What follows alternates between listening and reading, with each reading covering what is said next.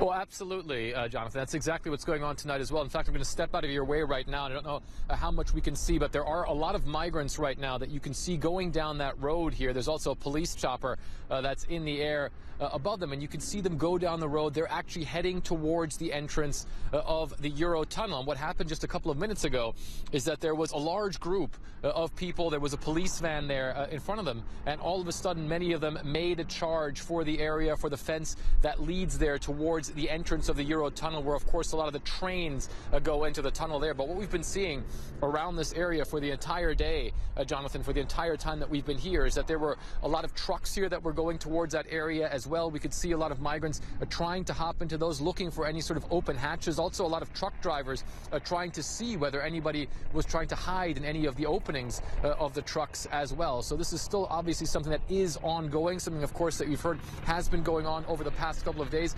We do also see an increased presence of French police here as well that are trying to come to the terms of the situation. But there are really a lot of people that we've seen, of course, camping out here in this squatters camp called the Jungle. It has people from Sudan, from Eritrea, from Afghanistan, Pakistan, from many other people as well, desperate to try and make it across the tunnel into the United Kingdom here from France. Jonathan. Now, there's talk that the authorities might try to repatriate those squatters. What exactly is the plan?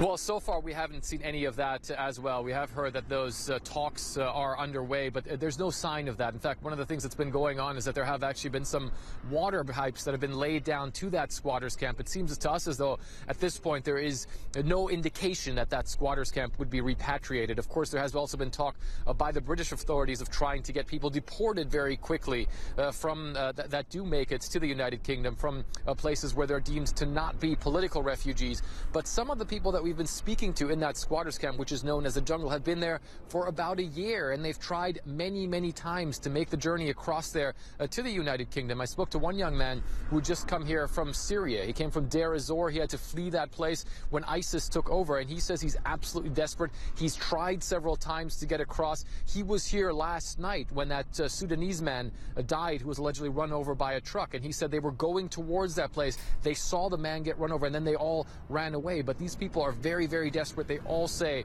they want to try it again. There's graffiti all over the place. They're saying, we want to go to England. Jonathan. Why is that? Let's take the example of that man from Syria. He's in France. He's already in a country which is incomparably more peaceful and prosperous than the one he left behind. Why risk his life to go that extra distance to get into the UK?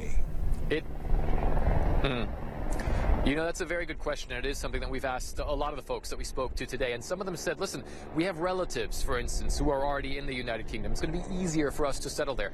Some of the people, for instance, that we spoke to from Sudan said, look, we speak English. We want to go to an English-speaking country. That's why we want to go there. Some of it is, quite frankly, only based on rumors, saying there's more opportunities for them in the United Kingdom than might be on continental Europe. So many of those are the factors, and some of them, quite frankly, told us, look, our journey coming out here has been so dangerous. People, for instance, from Eritrea who made their way across Sudan, who then stayed in civil war-torn Libya for a long period of time, who then made the journey across the Mediterranean in a rickety boat all the way across Europe, and they say now we're not going to let this tunnel hold us up either.